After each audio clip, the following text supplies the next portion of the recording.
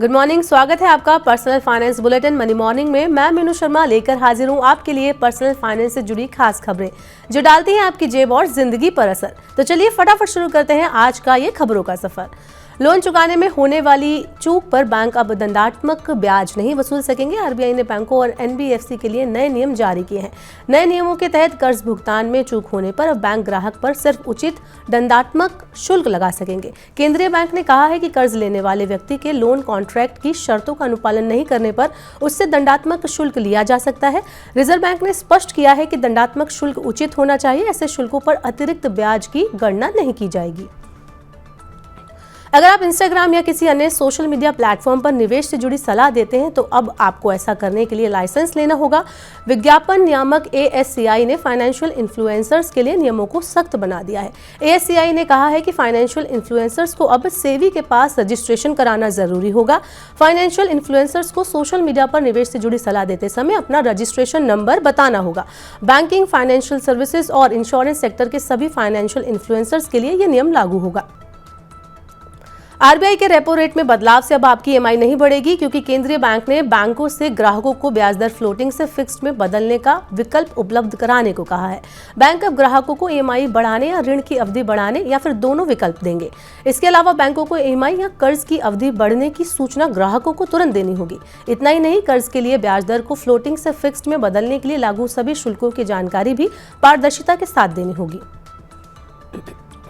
उत्तर प्रदेश में अब home tax समेत अन्य तरह के सेवा शुल्क अब सिर्फ ऑनलाइन जमा होंगे। उत्तर प्रदेश नगर विकास विभाग ने नगर निगमों समेत 60 निकायों में सभी तरह के टैक्स और शुल्क के ऑफलाइन जमा करने पर रोक लगा दी है।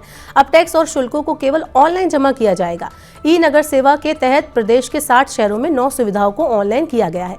इन सेवाओं से संबंधित शुल्क ऑनलाइन जमा होंगे। निकायों को अगस्त के आखिर तक इसे अनिवार्य रूप से लागू करने का निर्देश दिया गया है।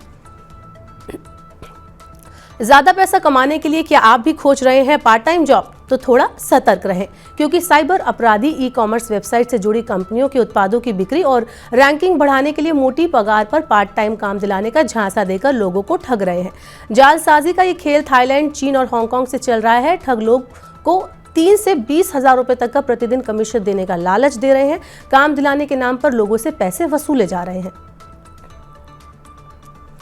हर साल करीब 5% फुल टाइम टेक्नोलॉजी कर्मचारियों की जगह आर्टिफिशियल इंटेलिजेंस यानी AI ले लेगी। विश्लेषकों का कहना है कि बेसिक जॉब्स की जगह AI आधारित ऑटोमेशन समाधान प्रौद्योगिकी को नियुक्त किया जाएगा। अगले 4 से 5 सालों तक हर साल करीब 5% फुल टाइम टेक्नोलॉजी कर्मचारियों को नई भूमिका तलाशनी होगी, क्योंकि उनकी जगह AI टूल्स ले लेंगे। AI टूल्स को सहायक भूमिका में तैनात किया जाएगा, जिसमें बहुत अधिक निर्णय क्षमता की आवश्यकता नहीं होती है। आरबीआई ने बिना दावे वाली राशि का पता लगाने के लिए उद्गम पोर्टल शुरू किया है। इसका मकसद लोगों को बिना दावे वाली राशि के बारे में पता लगाने का है और उसका दावा करने में मदद करना है। इस पोर्टल को केंद्रीय बैंक ने तैयार किया है। इसकी मदद से लोग एक ही स्थान पर कई बैंकों में अपनी बिना दावे वाली जमा राशियों की खोज कर पाएंगे। इस पोर्टल पर अभी 7 bank SBI, PNB, central bank, Dhanlaxmi bank, south Indian bank, DBS bank और सिटी बैंक जुड़े हैं। अगर आप पासपोर्ट बनवाने जा रहे हैं तो पहले खबर ध्यान से देख लीजिए। पासपोर्ट बनवाने के नियमों में बदलाव किया गया है। अब इसके लिए डिजी लॉकर का इस्तेमाल जरूरी हो गया है। नए पासपोर्ट के लिए डिजी लॉकर के जरिए सभी डॉक्यूमेंट अपलोड करने होंगे। डिजी लॉकर के जरिए डॉक्यूमेंट अपलोड करने पर एप्लीकेशन प्रोसेस के दौरान डॉक्यूमेंट की हार्ड कॉपी साथ रखने की जरूरत नहीं होगी। इससे पासपोर्ट बनवाने का काम पहले से आसान हो जाएगा। कर्मचारी राज्य बीमा योजना के तहत जून में 20 लाख से ज्यादा नए सदस्य जुड़े हैं। इस दौरान कर्मचारी राज्य बीमा निगम के सामाजिक सुरक्षा दायरे में 24,298 नए प्रतिष्ठानों का पंजीकरण हुआ है। ESIC के मुताबिक जून में युवाओं के लिए अधिक नौकरियों का सृजन हुआ है। जून में जुड़े गए 20,27,000 कर्मचारियों में से 9,77,000 25 साल की आयु वर्ग के हैं। व्हाट्सएप पर अब और नए फीचर जुड़ने वाले हैं। यूजर्स नॉर्मल तस्वीर HD में शेयर कर पाएंगे। इसके अलावा आपको बता दें कि HD क्वालिटी के वीडियो की सुविधा भी जल्द यूजर्स को मिलेगी। व्हाट्सएप एंड्रॉयड बीटा पर AI स्टिकर बनाने और शेयर करने के लिए भी एक नया फीचर आने वाला है। एंड्रॉयड और iOS के लिए नया फॉरवर्डिंग मैसेज फीचर भी शुरू किया जा रहा है। श्रीराम एसेट मैनेजमेंट कंपनी ने मल्टी एसेट एलोकेशन फंड पेश किया है। ये फंड इक्विटी, डेट और गोल्ड सिल्वर ETF जैसी विविध संपत्तियों में निवेश के जरिए लंबी अवधि में महंगाई को मात देने वाला रिटर्न देने का दावा कर रहा है। ये नया फंड ऑफर 18 अगस्त से सब्सक्रिप्शन के लिए खुल चुका है। निवेशक इस फंड में 1 सितंबर तक निवेश कर सकते हैं। महात्मा गांधी राष्ट्रीय ग्रामीण रोजगार गारंटी योजना यानी मनरेगा के 100 कार्य दिवस पूरे करने वाले श्रमिकों के लिए ओणम त्योहार भत्ते की घोषणा की गई है।